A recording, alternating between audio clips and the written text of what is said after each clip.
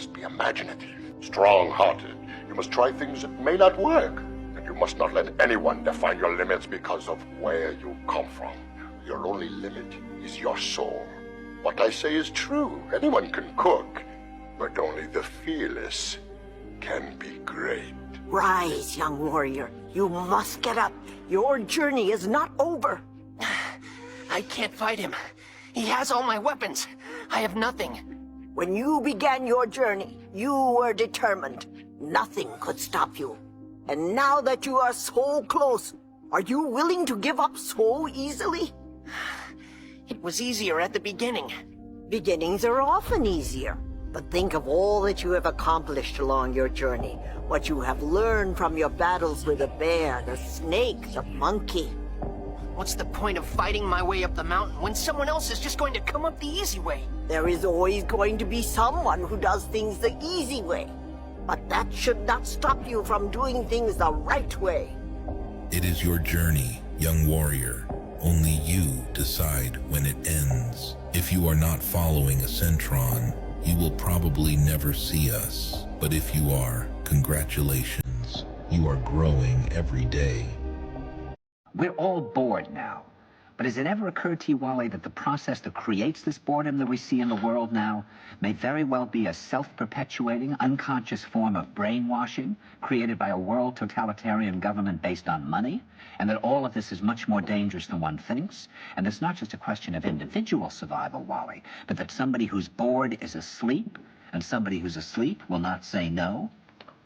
See, I keep meeting these people. I mean, just a few days ago, I met this man whom I greatly admire. He's a Swedish physicist, Gustav Bjornstrand, and he told me that he no longer watches television, he doesn't read newspapers, and he doesn't read magazines. He's completely cut them out of his life because he really does feel that we're living in some kind of Orwellian nightmare now, and that everything that you hear now contributes to turning you into a robot.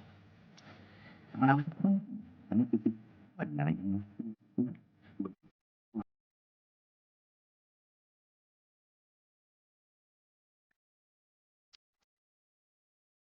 tomorrow. No,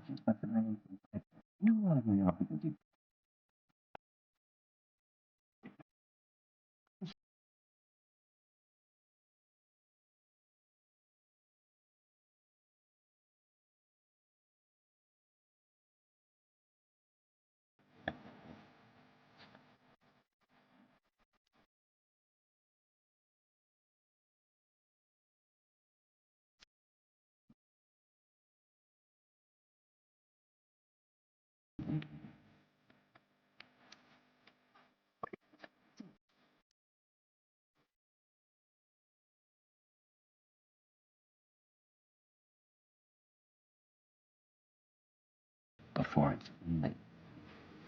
See, actually, for 2 or 3 years now, Chiquita and I have had this very unpleasant feeling that we really should get out. That we really should feel like Jews in Germany in the late 30s. Get out of here.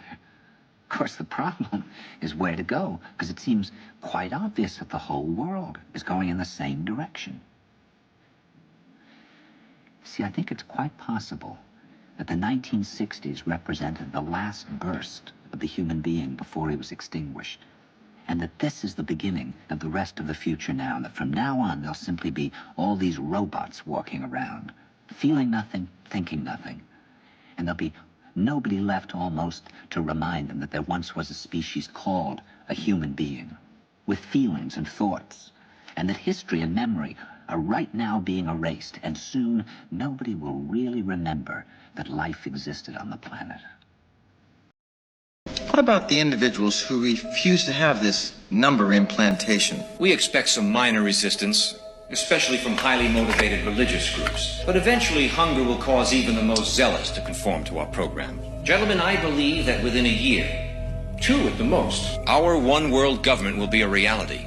If we continue on our present course, it is my opinion that we could present the devil himself as a world leader, and the people would accept him. I would like to thank each and every one of you for your hard work and dedication to our cause. In reviewing this year's progress, let me say that we have been highly effective in conditioning the people's minds to accept our solution to the world's problems. The energy crisis here in the United States was exceptionally successful worldwide, and we expect similar success with our upcoming food shortage. Our labor leaders have made great progress by causing confusion and work stoppages in all areas of the world.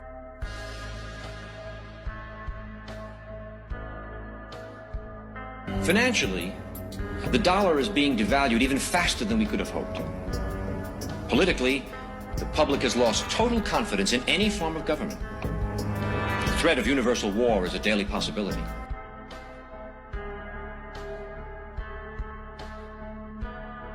As you know, we ourselves do not need to hold any visible office of leadership. As a matter of fact, it's better that we do not. We control the finances, news media, food, transportation, energy. We control everything.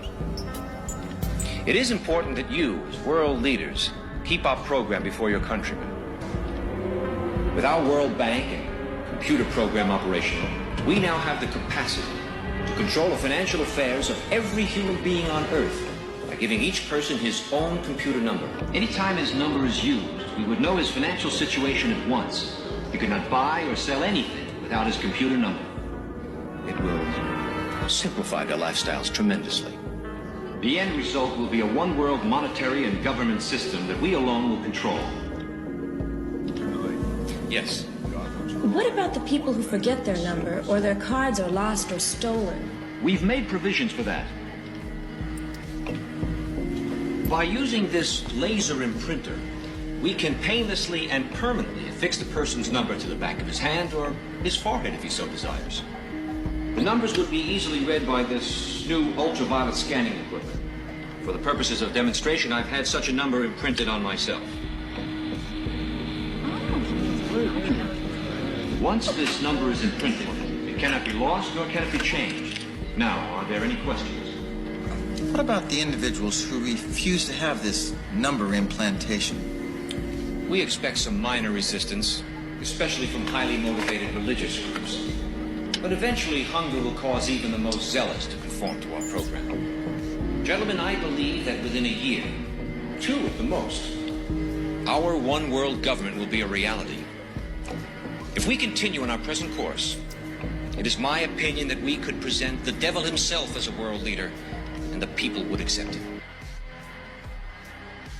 So what do you think about this clip from the movie? Please put your opinion in the comments section. And if you haven't done so already, don't forget to hit that like button. And until next time, thank you all for watching, and God bless you all. Sorry. Villains don't say sorry. Oh, right.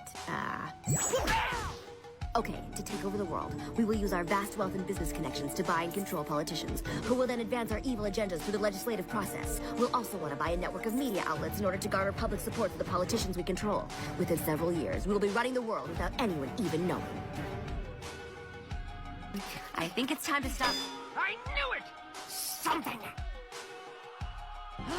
The symbol of the Illuminati. Yes!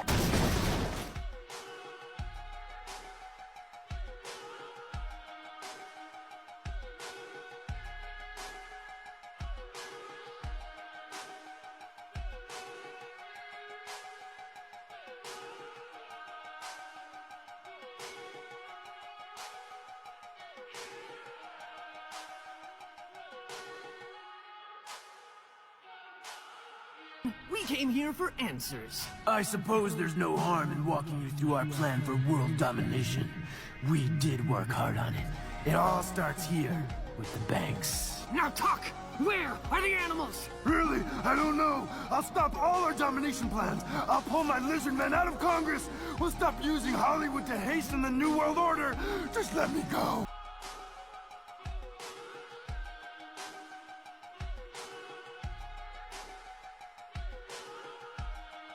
What's something you'll get a lot of hate for if you say it out loud? That 95% of the U.S. population is brainwashed into believing that working 50 years of their life on a job that they don't really want to do and trading all of that for 5 to 10 years of quote-unquote freedom, but it's not really freedom because you're old and you can't even enjoy it. It is unrealistic. It is, quite frankly, stupid. Have you ever wondered why kids... No state, coin money, emit bills of credit, make anything but gold and silver a tender in payments for debts. No state, make anything but gold and silver a tender in payment for debts. Is your money gold and silver? Is it backed by gold and silver? No. What's it backed by? It's backed by you. Let me show you how I use the business. When you look up United States business in the code, number 1, the term United States business means a United States citizen. You know how they say the elite's got to tell you like it is? Is that pretty straightforward enough for you? You the business! IRS whistleblower Sherry Jackson exposes the Federal Reserve as a private banking cartel that can't even be audited. She's a former IRS agent. Rothschilds own 57% of the United States Federal Reserve Bank. If you look up the complete list of banks owned and controlled by the Rothschild family, there's the Bank of Canada, and there's the United States Federal Reserve. It's not like the dude has quotes talking about it. Give me control over a nation's currency and I don't care who makes the laws. Baron Rothschild. No big deal, guys. He's just joking. If you would like to learn more about this information and be the change that you want to see, you can join my private membership association. It's protected underneath the constitutional contract clause. We like to teach people their rights and show them how we do it. Be the change you want to see. Stay Nationals rock. You work hard, get good grades, go to college. I want to go to college. I got good grades. I overachieved. Debt is good? Debt is so good. So much debt. I can totally save up and buy a house and start a family. I want a family. Oh. Starting a family means you need 2 or 3 jobs. You can't afford to buy. Oh. You can't afford to rent. Used cars cost as much as the new ones. Oh. It's weird. Good debt is good. I was head of my class. Houses are too expensive. Work hard, get good. The system, the number. Rent is freaking insane. Breaking news. Everything is terrible. Does it have to be this way? What if it was different? It's always been that way. We've got to build our way out of it. Yeah. Put control back in the hands of the people. Not the bureaucracy. Just because you're born into a system doesn't mean you have to live with it. Just because you're born into a system doesn't mean you have to live with it. That is amazing. I feel the millennials and Gen Zs, we understand what they were showing here, and we are starting to come together. So even though this is tough, we got to stay strong and have hope, and we're going to make a change. And that is the most important topic on earth, peace. What kind of a peace do I mean, and what kind of a peace do we seek? Not a Pax Americana, enforced on the world by American weapons of war. Not the peace of the grave or the security of the slave. I am talking about genuine peace, the kind of peace that makes life on earth worth living, the kind that enables men and nations to grow and to hope and build a better life for their children. Not merely peace for Americans, but peace for all men and women. Not merely peace in our time, but peace in all time. I speak of peace, therefore, as the necessary, rational end of rational men. I realize the pursuit of peace is not as dramatic as the pursuit of war, and frequently the words of the pursuers fall on deaf ears. But we have no more urgent task. First, examine our attitude toward peace itself. Too many of us think it is impossible. Too many think it is unreal. But that is dangerous, disbelief. It leads to the conclusion that war is inevitable, that mankind is doomed, that we are gripped by forces we cannot control. We need not accept that view. Our problems are man-made. Therefore, they can be solved by man, and man can be as big as he wants. No problem of human destiny is beyond human beings. Man's reason and spirit have often solved the seemingly unsolvable, and we believe they can do it again. So let us persevere. Peace need not be impractical, and war need not be inevitable. By defining our goal more clearly, by making it seem more manageable and less remote, we can help all people to see it, to draw hope from it, and to move irresistibly towards it. No government or social system is so evil that its people must be considered as lacking in virtue. As Americans, we find communism profoundly repugnant, as a negation of personal freedom and dignity. But we can still hail the Russian people for their many achievements in science and space, in economic and industrial growth, in culture, in acts of courage. Among the many traits the peoples of our two countries have in common, none is stronger than our mutual abhorrence of war. Almost unique among the major world powers, we have never been at war with each other, and no nation in the history of battle ever suffered more than the Soviet Union in the Second World War. At least 20 million lost their lives. So let us not be blind to our differences, but let us also direct attention to our common interests and the means by which those differences can be resolved. And if we cannot end now our differences, at least we can help make the world safe for diversity. For in the final analysis, our most basic common link is that we all inhabit this small planet. We all breathe the same air. We all cherish our children's futures, and we are all mortal. How did we go from fighting a revolution over a 2% tax on a breakfast beverage to what we pay today? We're taxed on money when we receive it, when we spend it, when we keep it, when we invest it, and even when we die with it. We commute to work to make that money in a car that is taxed again to register on roads we're already taxed to build, fueled by gas that is taxed even further, and many times through tolls that tax you again. And that's to maintain bridges and highways and tunnels that already have billions of dollars, taxpayer dollars, allocated to them, and they're still falling apart.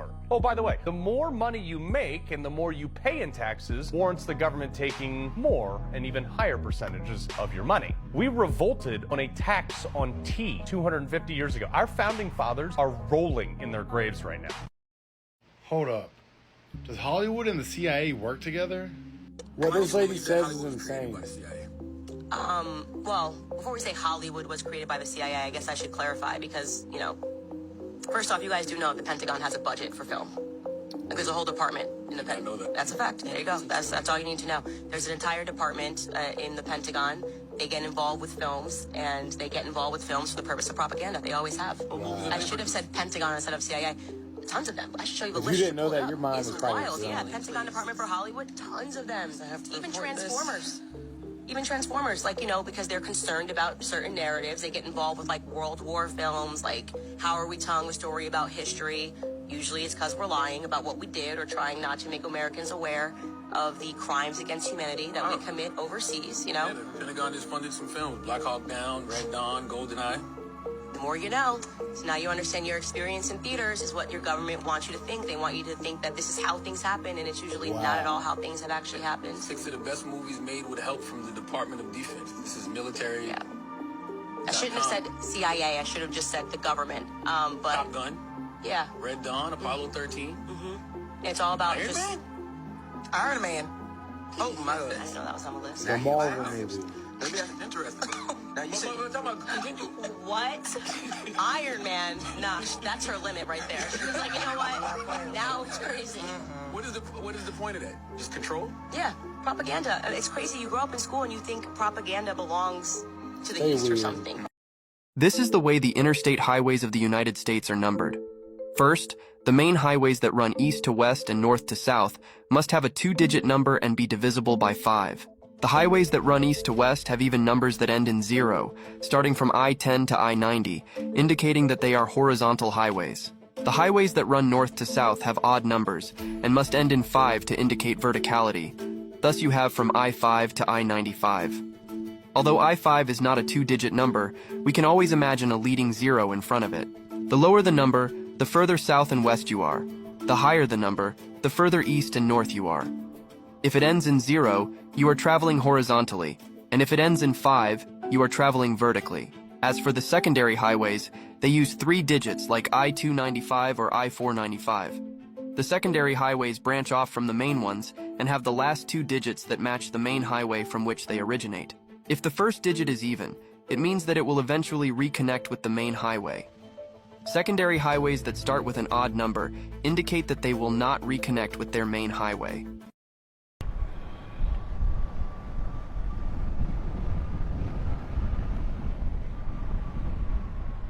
that thing. Get inside the car! Can I just throw it out the window or what? No, just wait. Whoa! Wow. Oh, we gotta go.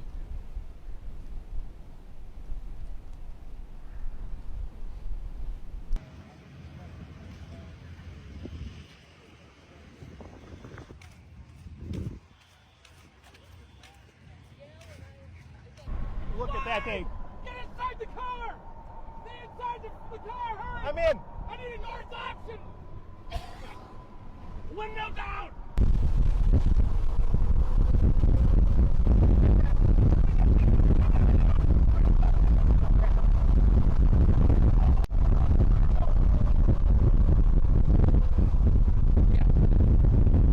Look at this.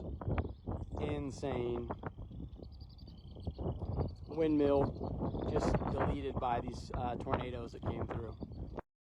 What you're seeing here is the pattern of electromagnetism. This pattern creates the symbol of the seed of life. Everything is generated through electromagnetism. The electromagnetic torus field is the true atom of this physical universe. Looking down on this torus field, you would see the seed of life, which is the seed of creation. They tell you this is the real atom because they want you to believe the universe is only physical. It's actually holographic. Everything physical comes from the metaphysical, spiritual side of creation. The ancients understood this, but were not being taught electromagnetism today because it exposes the true cosmology of Earth. This is why you see Jesus pointing at his heart, because your heart is a vortex which produces this electromagnetic field around your body.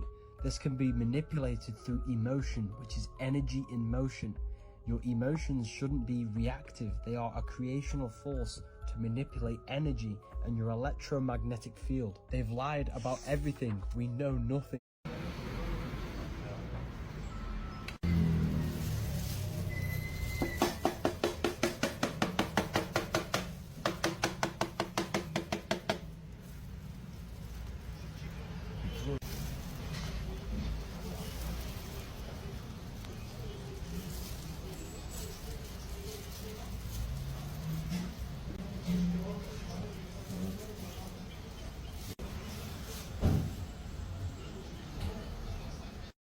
The Matrix is a computer-generated dream world designed to turn humans into one of these, a battery.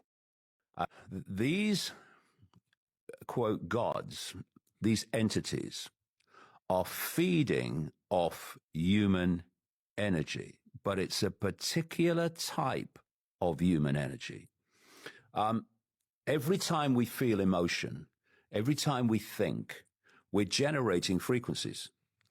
And those frequencies, in terms of what the frequencies are, relate to the nature of the emotion and the nature of the thought. And scientists have worked out what these frequencies are for different emotions, right? These entities, by their very nature, are very low vibrational in nature, because anyone that wants to impose their will and manipulate and cause suffering and war and death and destruction is in a very low vibrational state. And if they're going to feed off human energy, they can only feed off it if we are delivering it within the band of frequency they can absorb. The royal families are royal and consider themselves special bloodlines, the blue bloods, because they are vehicles for this demonic realm to enter our realm.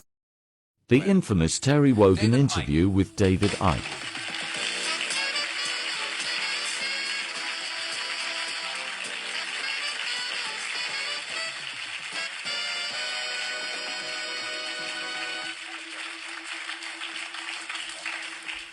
So you're all in the turquoise, which of course is the color. Hold on, sir. Yeah, that's a good start. Fill your mouth full of sweets. Yeah, well, see, the world is not necessarily going to end, but the Earth is going to go through a series of geological changes that are necessary to make sure it doesn't end. That's the point. Yeah. Did I see you say that turquoise is the color? What's turquoise going to do? Well, there is an energy that comes from a being called the Godhead, which is, I mean, we talk about God. The Godhead is not a guy with a beard sitting on a cloud. It is a massive spirit, the basis of all creation. And coming out from this Godhead, round all creation, through all the stars, through all the planets and everything else, is the life force known as the light. I mean, the Bible refers to the light. And within this light are various other energies which have certain gifts. And these other energies have a frequency that is the same as all the colors. And turquoise actually is the same frequency as an energy called love and wisdom. Therefore, when you wear that color, you attract it. When you wear black, you attract a color that is the opposite to love and all the things we wish to bring to the earth. And it attracts another kind of energy which is very but this is very hard. This is very hard on priests and nuns, isn't it? Well,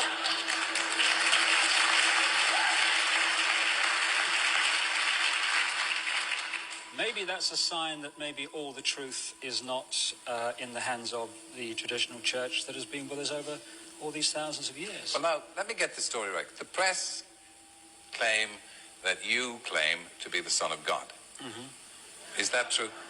Yes, you see, the thing is that it's quite funny, really. You know, 2,000 years ago, had a guy called Jesus sat here and said these same things, you would still be laughing. It's really, really funny that we've not really moved on that much. There have been many missions, if you like, over the last 12,000 years to try to free the earth from control by a force that is working against the Godhead.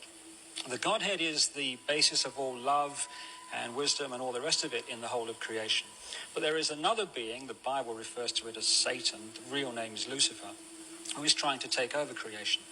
And because of the very important part this particular planet plays in the whole, actually destroying this planet would be a major step forward in that direction. Therefore, for the last 12,000 years, the influence on this planet has been from this being and from the energy which he sends out. And it's an energy that stimulates people to think in a certain way. So we hate, we are aggressive, we have no forgiveness, we have no tolerance. And I ask the audience this, when you survey the world today, you know, when a child dies in this world of preventable disease every 2 seconds, when the economic system of the world must destroy the earth simply for that system to survive, when you see all the wars and when you see all the pain and when you see all the suffering, is it a force of love and wisdom and tolerance that is in control of this planet? Or is it a force that wishes to bring about the very hate, the very aggression, the very suffering? Because the key thing to get over, Terry, is this. When we think, it is not a vacuum. When we think, we create an energy field. This is how telepathy works. An energy field leaves one being and other beings can tune into it and read that thought. When you think thoughts of love and wisdom and of tolerance and all the things we wish to bring to the earth, you create a certain kind of thought energy, the very same energy that the Godhead sends around creation. When you think the other thoughts of hatred, of anger, of aggression, you create a different kind of energy known as negativity, which is very, very destructive. This being called Lucifer lives off this energy. So the more that is produced on this planet, the more powerful that being becomes. Therefore, he stimulates and has stimulated this planet over 12,000 years since he's been in control to produce as much of this energy as possible. So evil has been in control of the planet for 12,000 years? It has been the dominating force. Evil's not the right word. It is imbalance. But it has been increasingly in control. As I repeat, survey the world, ladies and gentlemen. Is the force of love in control of this world, guiding this planet at this time? Of course not. The negativity, the thoughts that I'm talking about that are very destructive, are pouring out of this planet let me every day. You. Was it a great shock for you to discover this at 38? Well, I think the word is gobsmacked. But again, you know, the best way of removing negativity is to laugh and be joyous. So I'm delighted that there's so much laughter in the audience tonight. But no, but just let me say this. They're laughing at you. They're not laughing with you. Fine.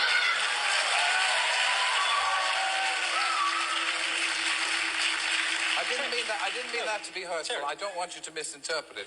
They're not laughing in sympathy with you. No, let me say two things to that.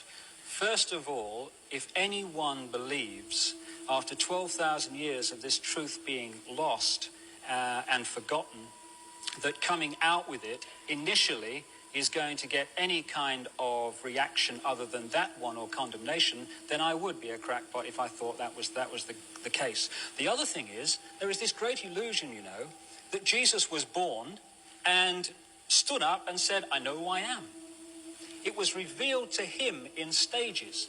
He was very, very close to beginning the mission which is described in the Bible, but not described brilliantly accurately, before he knew who he was. And when he came out, Terry, and said, I am the Son of God, I am an aspect of the soul of the Godhead incarnate because of things that need to be done on this planet urgently, people laughed, people ridiculed. And in the end, you know, they crucified him because the intolerance on the planet at that time was so great that if someone else in the traditional church says we have one life and we are judged on that one life on earth by a judgmental God on whether we go to heaven or hell forever, we are judged, some of us, on 90 years and some on a life that lasts a few minutes before babies die after being born.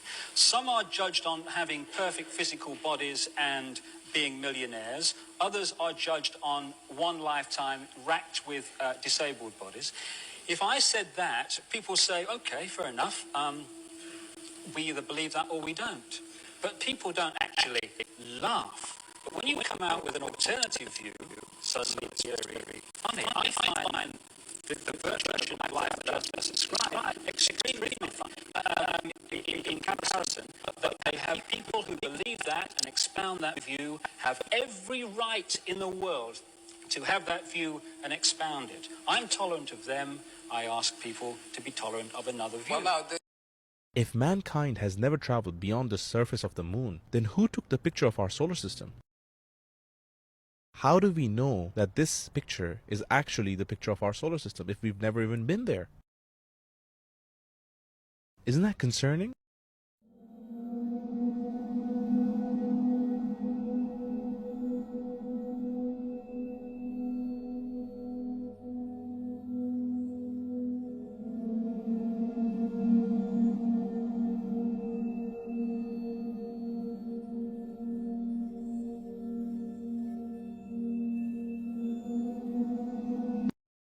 Imagine if after World War II we had come upon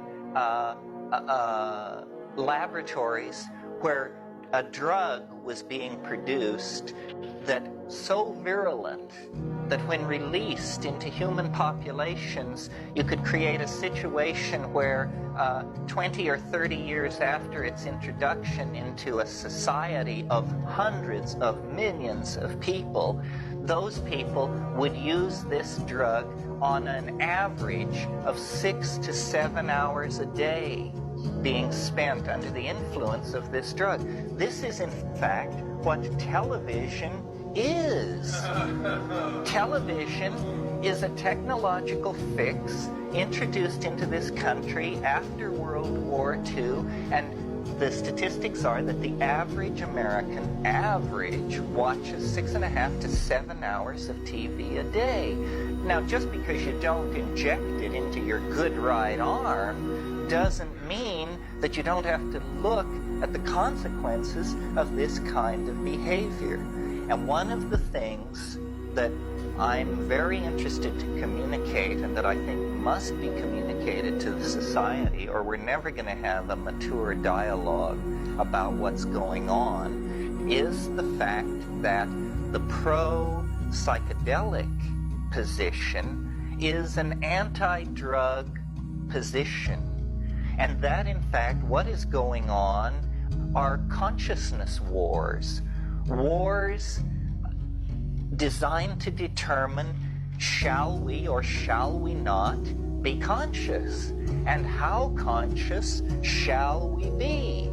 And the government is in the business of peddling deep unconsciousness. Its utter toleration for television, the unregulated nature of television's content, and just the scurrilous garbage that is tolerated going over the media, the government's tolerance for booze, the government's tolerance for heroin, and in fact its cynical use of heroin to eviscerate the political intent of the ghettos in this country, the government's tolerance of cocaine and its use by the yuppie class in order that the government have a source of income to prosecute its dirty little wars throughout the world. You see, all that the third world has to sell is drugs, and they can sell them into the United States and get hard currency, which they can then take to the CIA and translate into guns. And then the CIA has hard currency off the books to pay for its wars. What would it be like to be a four-dimensional being?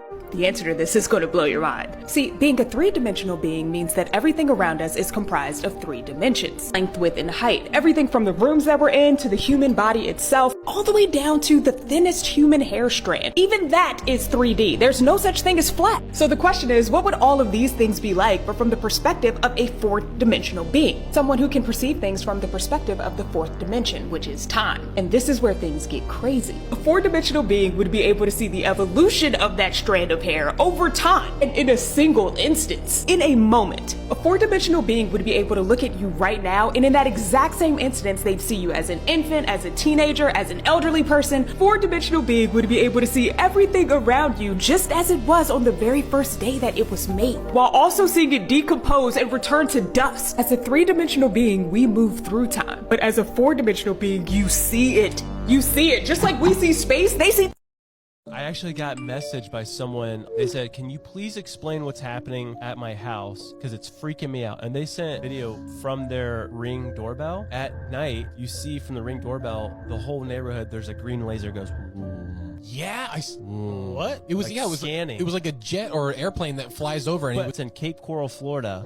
This plane, they did it for like a week straight. It would fly over Cape Coral at night, scanning it with a green laser, the whole Cape Coral. Maybe they're updating Google Earth. Lockheed Martin has the capability. They have been scanning the Earth for who knows how long.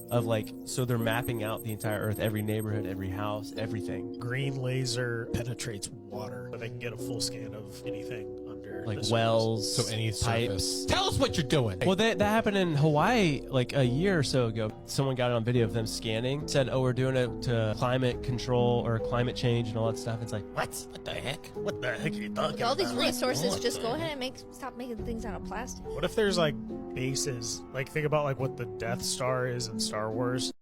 I saw this thing, a weatherman showing the radar and like this big like storm formation or whatever.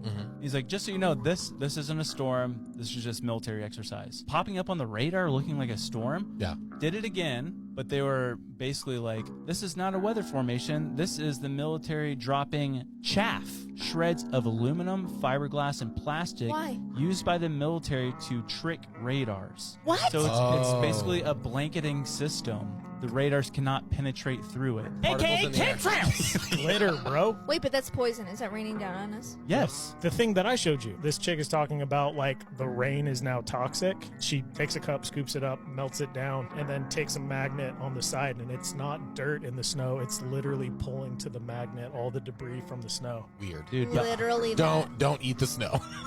Dude, Don't but eat the snow. it's like, so they're doing that, and it's just like, when we see these planes when they're like so high, leaving this jet stream, chemtrail, dude, that's not just like a commercial airline. Like, what are they doing?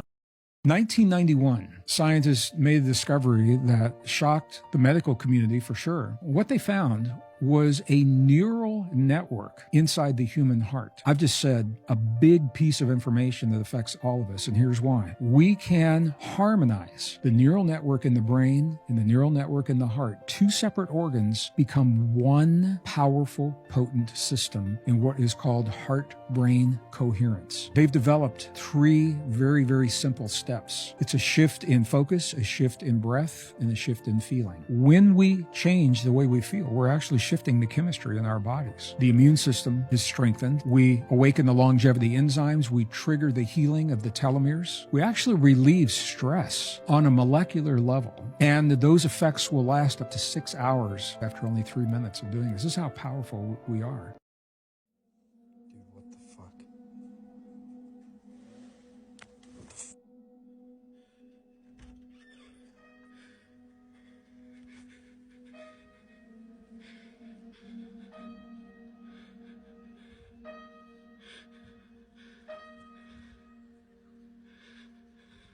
Who's there?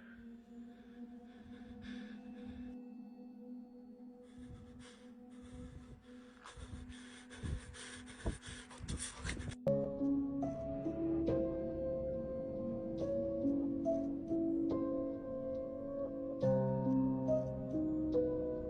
Now, come on, man.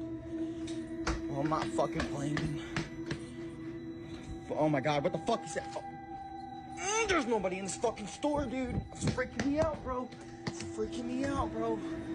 Come on, where you at? Like, come on. Bro, you gonna sit here and show yourself in front of me.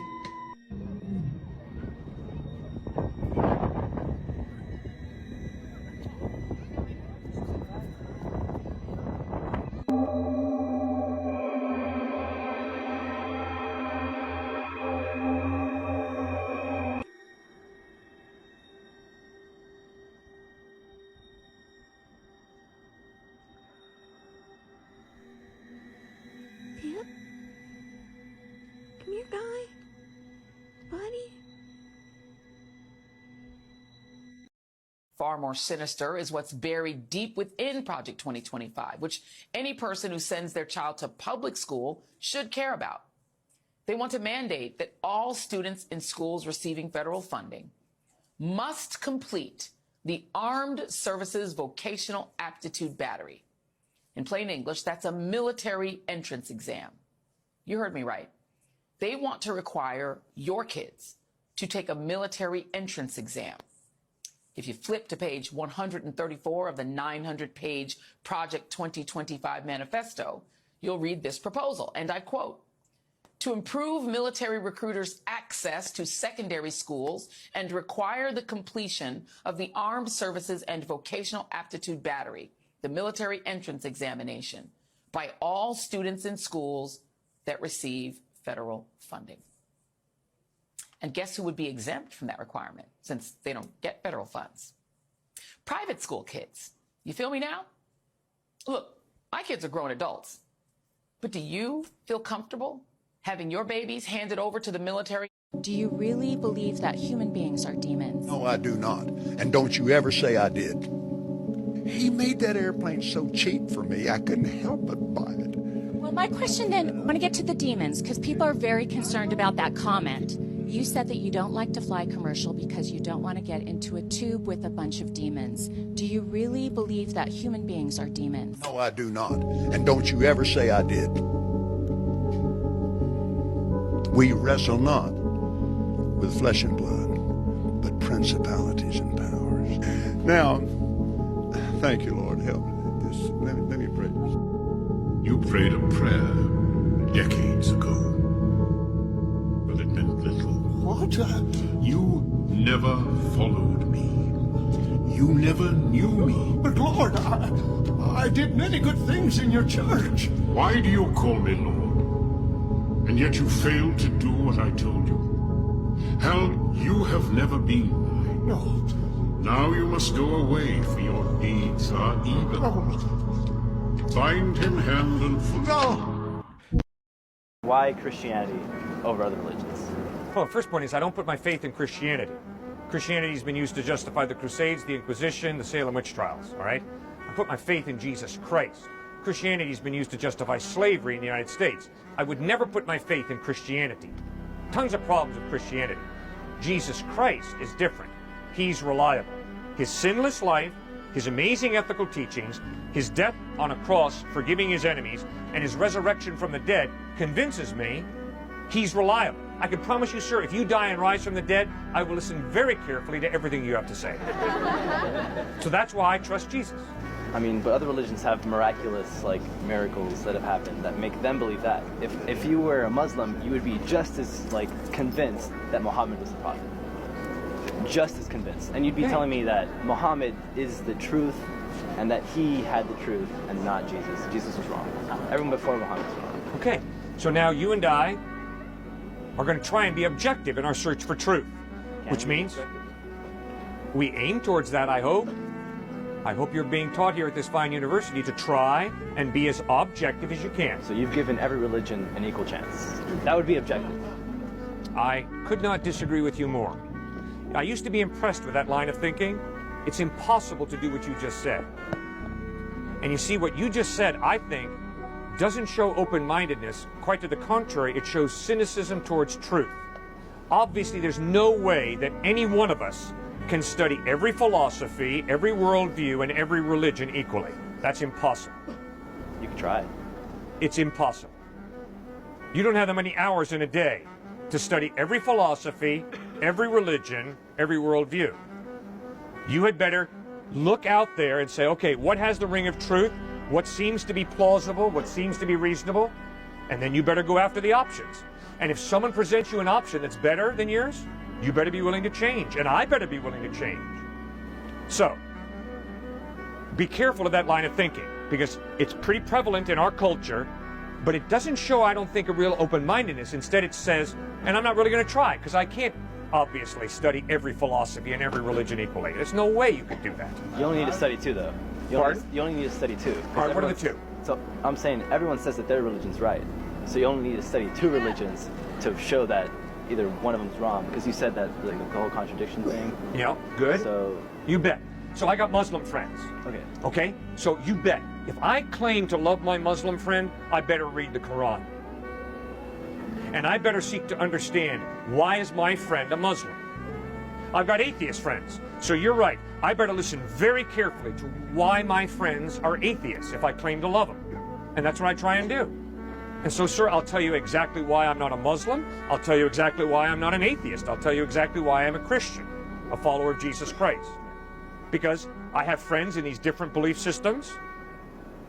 All right, I'll tell you exactly. The majority of my friends are materialists. The majority of my friends live for money. And I can promise you, sir, my friends are good at it. My friends are in Goldman Sachs, JP Morgan, Wall Street, and I promise you, sir, they are good at it. I am convinced to put your faith ultimately in materialism and making money is an incredibly empty life. Are there perks? Oh, yes, there are. Are there benefits? Yes, there are. Am I saying that money is evil? No, money's good. The Bible teaches that repeatedly. But to live for money, which is what the majority of my friends live for, wow, what a mistake. I never got your name. I'm Cliff. Cliff, good to meet you. Good to meet Cliff, you.